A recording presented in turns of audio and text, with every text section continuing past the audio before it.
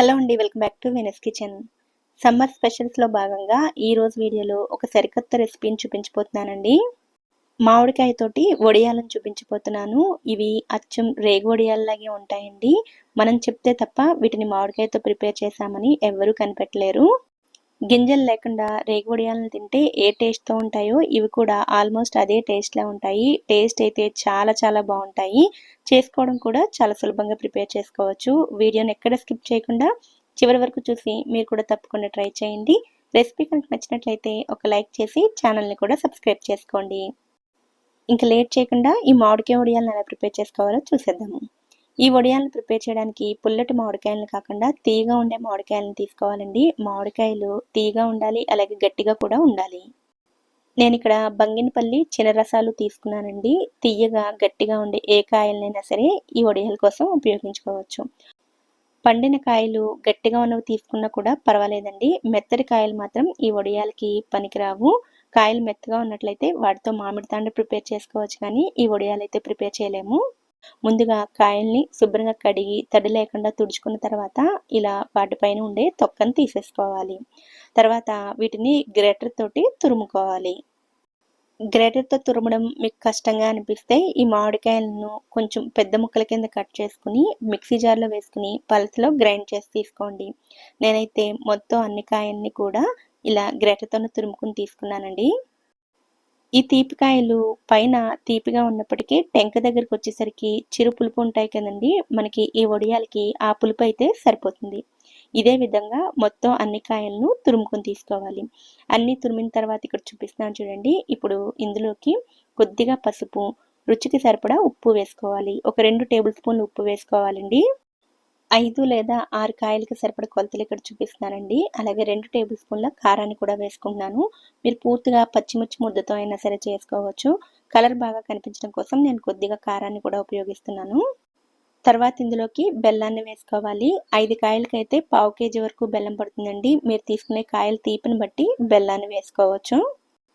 బెల్లం వేసుకున్న తర్వాత ఇందులోకి పచ్చిమిర్చి ముద్దను వేసుకోవాలండి. అందుకోసం మిక్సీ జార్ని తీసుకుని 7 లేదా 8 పచ్చిమిర్చిని వేసుకోండి. ఇందులోనే 1 టీ స్పూన్ జీలకర్రను కూడా వేసుకుని వీటన్నిటిని ఒకసారి గ్రైండ్ చేసుకుని ఈ పచ్చిమిర్చి ముద్దను కూడా మామిడికాయ తురుములోకి వేసుకోవాలి. ఇప్పుడు వీటన్నిటిని కూడా బాగా కలిసేటట్లుగా కలుపుకోవాలి. ఉప్పు కారం తగిలేసరికి ఈ మామిడికాయ తురుములోంచి నీరంతా కూడా బయటకు వస్తుందండి. మొత్తం అంతా కూడా బాగా కలిసేటట్టుగా కలుపుకున్న తర్వాత కొద్దిగా రసాన్ని చేతిలో వేసుకుని టేస్ట్ చూసుకోండి. కారం పులుపు లాంటివి అవసరమైతే యాడ్ చేసుకుని మీ టేస్ట్కి తగ్గట్టుగా అడ్జస్ట్ చేసుకోవచ్చు. నాకైతే అన్నీ కరెక్ట్గా సరిపోయాయండి. వీటిని వెంటనే వడియాలు పెట్టినట్టయితే ఇందులో రసం అంతా వేస్ట్ అయిపోతుందండి. ఇలా పల్చగా స్ప్రెడ్ చేసుకుని ఎండను బట్టి 1 లేదా 2 రోజుల పాటు దగ్గరగా అయ్యేంత వరకు ఎండబెట్టుకోవాలి. నేనైతే 1 రోజు పాటు ఎండబెట్టుకున్నానండి. సాయంత్రానికి ఇలా దగ్గరగా అయింది. ఇలా అయితే మామిడికాయ తురుములోని రసం అంతా వేస్ట్ అవ్వకుండా ఉంటుంది. ఎండను బట్టి 1 లేదా 2 రోజుల పాటు ఎండలో పెట్టుకోవాల్సి ఉంటుంది. ఇలా దగ్గరగా అయితే మనకి వడియాలు పెట్టుకోవడానికి కూడా ఈజీగా ఉంటుంది. మొత్తం అంతా కూడా ఒకసారి బాగా కలుపుకున్న తర్వాత మీకు ఇక్కడ చూపిస్తున్నాను చూడండి. ఇలా చిన్న చిన్న ముద్దలను తీసుకుని వడల షేప్లోకి చేసుకుని వడియాల్లో పెట్టుకోవడమే. ఈ వడియాలను మీరు ప్లాస్టిక్ షీట్ మీదైనా వేసుకోవచ్చు. లేదంటే ఇంకా ఈజీగా చేసుకోవాలనుకుంటే ఇలాగే స్టీల్ ప్లేట్లో పెట్టుకుంటే మనకు తిరగేసుకునేటప్పుడు కూడా చాలా ఈజీగా ఉంటుంది. ఒక రోజంతా ఎండలో పెట్టానని చెప్పాను కదండి. సాయంత్రం పూట వడియాలు పెట్టలేం కాబట్టి ఈ ముద్ద అంతటిని కూడా ఒక ప్లాస్టిక్ బాక్స్లో పెట్టుకుని పక్కన పెట్టుకుంటున్నాను. నెక్స్ట్ డే మార్నింగ్ అన్నిటినీ కూడా ఇలా వడియాల్లా చేసి ఎండలో పెట్టాను. ఈ వడియాలను పక్షులు పాడు చేయకుండా, డస్ట్ పడకుండా పల్చటి క్లాత్ తోటి కవర్ చేశాను. ఇప్పుడున్న ఎండలకి ఇవి 2-3 రోజుల్లోనే ఎండిపోతాయండి. ఒక రోజు ఎండపెట్టుకునేసరికి ఇలా పై భాగంలో ఆరిపోయాయి. వీటిని గరిటె సహాయంతో రెండో వైపుకి తిప్పుకోవాలి. రెండో వైపు తిప్పిన తర్వాత కూడా ఎండలో పెట్టుకోవాలి. మొత్తం అన్ని తిప్పిన తర్వాత చూపిస్తున్నాను చూడండి. వీటిని మళ్ళీ ఎండలో పెట్టుకున్న తర్వాత ఇలా తయారవుతాయి. మరీ ఎక్కువగా కూడా ఎండ పెట్టుకూడదండి. వీటిని ఇలా దగ్గరగా అంటే ఈజీగా మడతపడాలి. ఇలా ఎండపెట్టుకున్నట్లయితే మనకు తినేటప్పుడు ఈజీగా ఉంటుంది. మరీ ఎక్కువ రోజులు ఎండపెడితే తినేటప్పుడు ఇబ్బందిగా అనిపిస్తుందండి. చేతితో తుంపితే ఇలా ఈజీగా వచ్చేటట్లుగా ఉండాలి.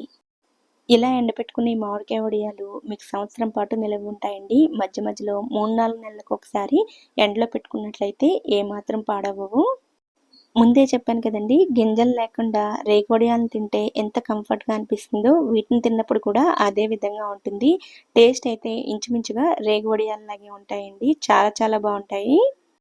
పిల్లలకి స్నాక్స్‌గా అయినా, జర్నీస్‌లో టైమ్ పాస్ కోసమైనా, లేదా జ్వరం వచ్చి నోరు బాలేనప్పుడైనా వీటిని తీసుకున్నట్లయితే నోటికి కూడా చాలా రుచిగా అనిపిస్తాయి.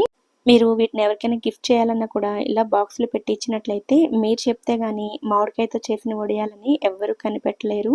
అంత సిమిలర్‌గా రేగి వడియాల్లాగే ఉంటాయి. మరి ఈ టేస్టీ మామిడికాయ వడియాల్ని మీరు కూడా తప్పకుండా ట్రై చేయండి. ఈ వీడియో కనుక మీకు నచ్చినట్లయితే వీడియోని లైక్ చేసి ఛానల్‌ని కూడా సబ్స్క్రైబ్ చేసుకోండి. నోటిఫికేషన్స్ మిస్ అవ్వకుండా ఉండడం కోసం పక్కనే ఉండే బెల్ ఐకాన్‌ని కూడా యాక్టివేట్ చేసుకోండి. Thank you so much for watching.